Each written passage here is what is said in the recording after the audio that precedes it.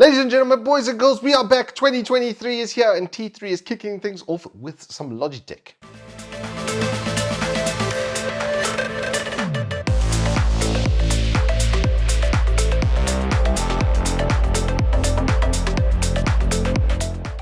Good afternoon, morning, and welcome to Turbo Tortoise Tech. If you're new here, I'm Reese of the 4-piece variety of Walkie Triple XL.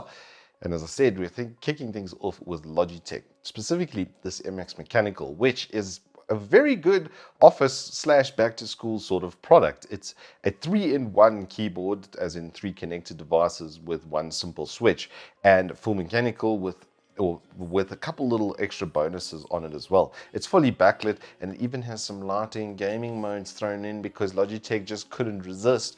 But yeah, they are back with some MX Master stuff, sort of goodness. So the MX series from Logitech has been around for a very long time. I personally own a Frankenstein MX518, which I'm very proud of to have. And then they split the MX more for the office sort of stuff. And then the G series was, you know, your G Pro and your G Pro X and your G Pro X Superlight and etc. etc. The G moniker becoming more for gaming. Logitech, being clever, you know, like they almost know what they're doing with some branding, Logitech, because they've been making peripherals for like better part of 2 decades. I think the company literally started when I was like born. So yeah, it's maybe even going on 3 decades. We're getting a little old, right? So notice the gray hairs. Let me just move that over to the side because OCD demands that he sits right there. There we go. Now we're better. This keyboard, it's very clever. I like it. And I very much like the direction they've gone in with this low profile, mechanical switch, aluminium backplate, full wireless, some of the most insane battery life, pretty light product as well. Mac compatible, so it can be multi-system, multi-platform, as well as multi-device. That's the idea here, is to make the most encompassing office type keyboard you can get with really nice, pleasant audio.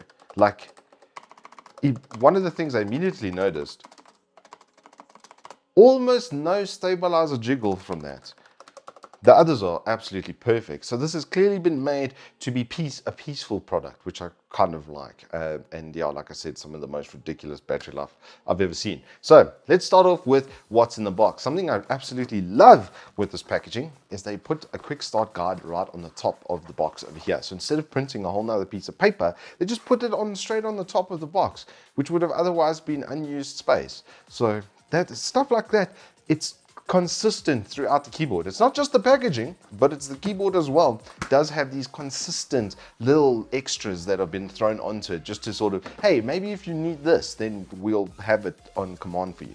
You get the big keyboard itself, as I've just sort of alluded to. You get a really, really nice rubberized cable, type C, obviously. Everything going type C these days, fantastic, so you can just use cables, but this one does have Logi embossed into it, so you will know exactly which one is yours. The same sort of anthracite sort of gray that they're going for in general, and then a tiny little 2.4 gigahertz dongle. Nowhere to store the dongle on the keyboard, which is a weird one from Logitech, because they usually embed their stuff into their mice and into their keyboard so that when you go and travel, then it is easier. However, this is a 2-in-1, so it's a 2.4 gigahertz, so you can use this, or you can run it off of Bluetooth. And considering that it's not really going to be used for gaming, I'm not really worried about the 125 hertz, you know, polling rate on Bluetooth. That's not really what it's for. But on 2.4 gigahertz, it's completely lossless, and I used it for gaming, and it was great. So I can attest to it working quite well with the wireless. Very, very good wireless range as well. Anyway, moving on to the keyboard itself.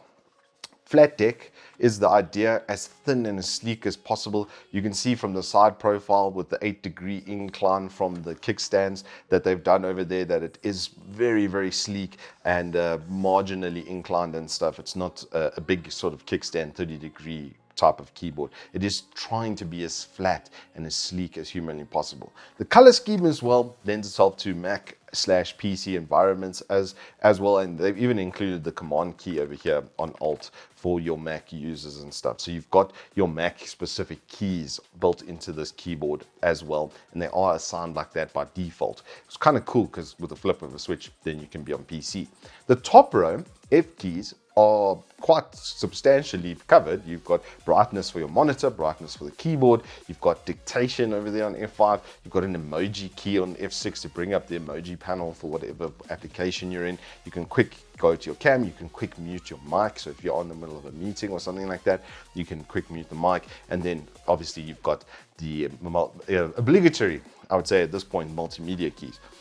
Next to that, however, you'll see a 1, 2, and 3 at the top middle over there, and that's for your 3 different devices. Then there's a couple of extras along the outside of at the top over there.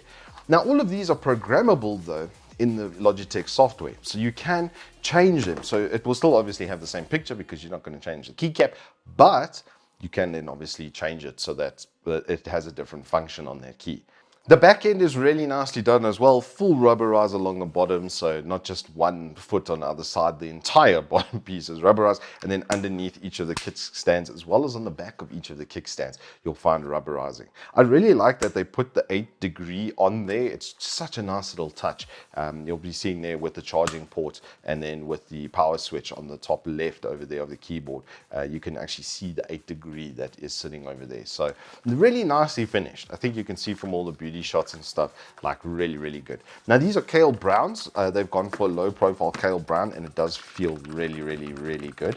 And backlighting is a little bit dim, and it does have an auto setting to save battery, but it's more than enough for a darkened environment. So if you're sitting in a dark room, like with a projector for instance, in the middle of a meeting, you should have enough backlighting then to still function just fine. You can also change the modes on the backlighting, which I thought was kind of funny and a nice sort of gamery inclusion. It's not really seen on Office products like this, but this specific keyboard's sort of potting piece has to be its battery life, which is like 15 days worth with the backlight on. I did a single charge and got it to like 55%, and you plug the thing in overnight and it will be fully charged. It charged, I think, about 20% in an hour. So yeah, and that was just off a normal USB, like even a pass-through USB on a monitor. It wasn't even connected directly into a USB 3 port. So more than enough charging rate for what really should be like something if you turn the backlighting off, they like promise like 150 days, like half a year worth of backlighting. And it's not very heavy. That's one thing. It hasn't become a small planet with its own gravitational pull, like for instance the G700S was, which I also owned. I love that thing for work and for its free scroll and stuff, but to game on it was like trying to game with a 10-kilogram dumbbell. Just didn't go very well.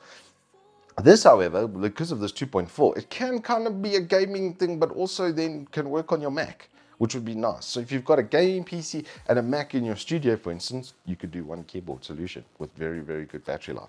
Not the cheapest keyboard you're going to find for this sort of functionality, but in its wheelhouse, it is very dynamic. It can do almost anything. And if you look after it with this flat aluminum deck, with these easily removable keycaps, you'll be able to clean it and keep it in a good condition for a very long time.